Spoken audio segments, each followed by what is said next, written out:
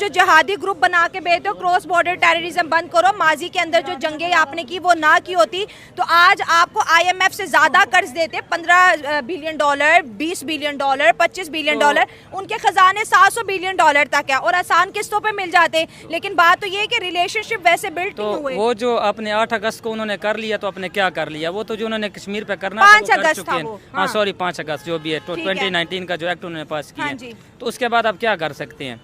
कोई है आपको सोल्यूशन नजर आता कश्मीर इशू का? नो, ये ख्याली फैलाव है सिर्फ हमारा। जो प्रैग्मेटिक और इंटरनेशनल रिलेशन का जो ये प्रैक्टिकल जो अप्रोच है वो यही है कि अब इसका हल नहीं है और हमें इस चीज़ को एक साइड पे रखकर एक दफ़ा वो हमें यूनाइटेड नेशन और इंटरनेशनल लेवल पे ज़रूर फाइट करनी चाहिए। सोशल मीडिया कैंपेन हमें करनी चाहिए। यूनाइटेड नेशन की तो खुद की क्रेडिबिलिटी आजकल नहीं रही और यूनाइटेड नेशन को हर कोई ऐसे हल्के में ही ले रहा है। मेरी बात सुने, मैंने कुछ पाकिस्तानियों से बात की, उन्होंने कहा इंडिया ने ऑफर नहीं दी, हमारी इंसल्ट की है कि जैसे हम मशहूर हैं कि भीख मांग रहे हैं, कर्ज से मुल्क चल रहा है, इकोनॉमी बर्बाद है। कौन सा हम नहीं करते? हम भी तो चाय पिला के अभिनंदन को तो वो फिर उसका मीम्स हम भी बनाते हैं, तो उधर से वो भी बनाते हैं। ये तो हमारा, आप अभिनंदन का मीम बनाते हैं, वो 93,000 का बनाते हैं। हाँ, तो बस यही तो मसले हैं। इन सारी चीज़ों को साइड पे रख के, इख्तलाफात को साइड पे, जो ट्रेड है, जो इकोनॉमिकल रिलेशन है, वो टाइम करना पड़ेंगे अगर हमने आगे निकलना है तो। अच्छा, देखें चाइना की मिसाल आप लें, चाइना और इंडिया भी राइवल है ना आपस में, बहुत बड़े राइवल है, लेकिन ट्रेड उनकी साइमल्टेनियसली चल रही है, ठीक है, उनको उन्हें नहीं रोका हुआ, ठीक है। अमेरिका है, जितने भी आपस में मतलब दुनिया में जिन कंट्रीज के रिलेशन खराब हैं, अब रशिया के खिलाफ है वैसे इंडिया और अमेरिका के ब्लॉक में, लेकिन फिर भी रशिया के खिलाफ नहीं, रशिया का बेहतरीन दोस्त है। मैं वही कह रहा हूँ, लेकिन इंटरनेशनली वो उसको रिकॉग्नाइज करता है अमेरिका को, लेकिन तेल और ट्रेड फिर भी वो रशिया से ले रहा है और अपनी ट्रेड वो कर रहा है। मतलब उन्होंने ये पॉलिसी जो अपनाई हुई है वो नॉन अलायंस की है और हम शुरू से हमारी बदकिस्मती है कि हम अलायंस में चले जाते हैं और साइडिंग करते हैं, जिसकी वजह से अल्टीमेटली हमें एज अ नेशन और एज अ कंट्री है, एज अ स्टेट हमें उसके खमियाजे दूर रस जो है ना, हमें कॉन्सिक्वेंसेस, उसके इम्प्लीकेशंस मिलती हैं। राजनाथ सिंह ने एक और भी बात की कि दोस्त तो बदला जा सकता है लेकिन पड़ोसी नहीं बदला जाता। बिल्कुल ठीक बात की है उन्होंने, इसमें कोई डाउट नहीं है। मैं तो कहता हूँ ये बहुत अच्छा है, एक अच्छा इनिशिएटिव, इधर से भी स्टेप होना चाहिए, वज़ीर आज़म को भी जाना चाहिए, उधर से भी आने चाहिए, ये सारे कोऑपरेशन होने चाहिए। उधर की इंडस्ट्रीज, मतलब मीडिया इंडस्ट्री, हाँ बिल्कुल, हर लेवल में मीडिया में होना चाहिए, फिल्म इंडस्ट्री में होना चाहिए। जिस तरह पहले 1-2 बनी है कनाडा में, ये इफ्तिखार ठाकुर लोगों ने पंजाबी कुछ मूवीज़ बनाई, तो इससे अच्छे जो है ना रिलेशंस बन सकते हैं और इससे अल्टीमेटली दोनों कंट्रीज़ के अवाम को ही फ़ायदा है। और उसकी बात बिल्कुल ठीक है कि 90,000 करोड़ का बेल आउट पैकेज जो उन्होंने जम्मू कश्मीर के लिए डेवलपमेंट फ़ंड के तौर पे दिया है, जो कि जिसके लिए पाकिस्तान अब तकरीबन वो $10 मिलियन के करीब बनती है अमाउंट अमेरिकन रुपीज़ के हिसाब से। कश्मीर में इतना उन्होंने पैसे ये नहीं है, अब नहीं लगाया, लेकिन हाँ 2014 से जब से नरेंद्र मोदी आए हैं एज अ प्राइम मिनिस्टर, तब से लेके अब तक, तो वो ये कह रहे हैं कि अगर हमारा फ्रेंडली रिलेशन होता, और मैं ये कहता हूँ कि अब कश्मीर जो है, ये Kashmir is not a disputed territory. Kashmir जो उनके पास था वो उनका हिस्सा है, जो हमारा है वो हमारा। क्या करे, पूरा पाकिस्तान इसको डिस्प्यूटेड टेरिटरी मानने को तैयार है और UN में बार बार, अभी शहबाज शरीफ भी ये कि लड़ाई इंडिया और पाकिस्तान की कश्मीर को ही है ना। देखें ना, हम तो ये आने वाले 100 साल तक भी कहते रहेंगे हमारी ये अहलियत नहीं है, लेकिन और इंटरनेशनल आपके तो इंटरनेशनल जितने भी आपके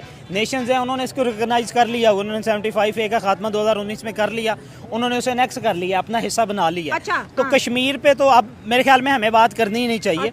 अगर हम दूसरी बात ये होती है कि अगर हम उनके साथ ट्रेड रिलेशन में आ जाते हैं तो इन्फ्लेशन रेट हमारा बहुत कम हो जाएगा। अगर हम वाघा बॉर्डर पे ही ट्रेड जो है वो खोल लेते हैं, गुजरात से या सिंध वाले इलाके से खोल लेते हैं, तो हमारा जो ये डेली की यूज़ की, इवन कि सब्ज़ी को ही आप लोग देख लें, तो उसका इन्फ्लेशन रेट जो बहुत ज़्यादा कम हो जाएगा। अब मेरे ख्याल में हमें जाना चाहिए, क्योंकि मौजूदा हालात पाकिस्तान को इजाज़त नहीं देते, ना तो हम कोई जंग अफोर्ड कर सकते हैं इंडिया के साथ, ना इंडिया हमारे साथ कर सकता है। इंडिया अपने उस हिस्से का बड़ी अच्छी तरह दिफा कर सकता है। इकोनॉमिकली डेवलप हो रहा है ना, वो जंगी तरफ आता ही नहीं है, उनके पास यूज पॉलिसी भी नहीं है ना। देखें, जंग की तरफ तो जाहिर बात है, कोई भी कंट्री जो है ना, डेवलपिंग कंट्री जो है या डेवलप्ड नेशन जो है, इवन के वो भी वॉर की तरफ नहीं आते, जब मजबूरी में ही वो आते हैं।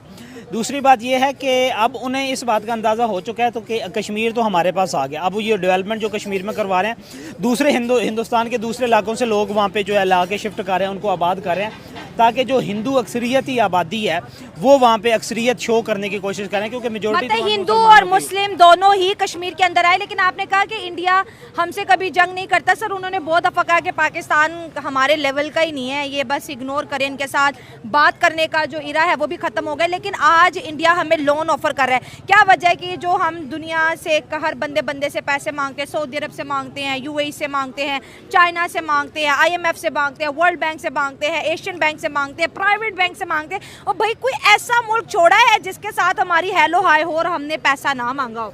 देखें, ये बेसिकली हमारी अपनी ही फेलियर है कि हमने ठेकेदारी बदले हैं 76 सालों में। हमने ना तो मुल्क को कोई एक मुंतखब हुकूमत दी है। इसका हल अगर आप लोगों ने इस झंझट से निकलना है ना कर्ज़ों के, तो आप सिर्फ 2 मुंतखब हुकूमतें दे दें मुल्क पाकिस्तान को, जो कि अवाम की मुंतखब हुकूमतें हो 2, तो आप इस बेल आउट पैकेज और इसके चक्रों से निकल आएंगे। लेकिन जब तक आप इस तरह फॉर्म 45-47 मुंतखब अवामी नुमाइंदों का एहतराम नहीं करेंगे, अवाम के मैंडेट का एहतराम नहीं करेंगे, डिक्टेटरशिप चलेगी तो एक नहीं। हाँ। सेमी डिक्टेटरशिप आप लेके आ जाएंगे, सेमी मार्शल लॉ आप लेके आ जाएंगे, तो आपको इन्हीं हालात का सामना करना पड़ेगा। इंडिया अब हमारे से बहुत ज़्यादा स्ट्रॉन्ग हो चुका है। उनका आप ये देखेंगे, उनके 76 सालों में 12 प्राइम मिनिस्टर आए हैं।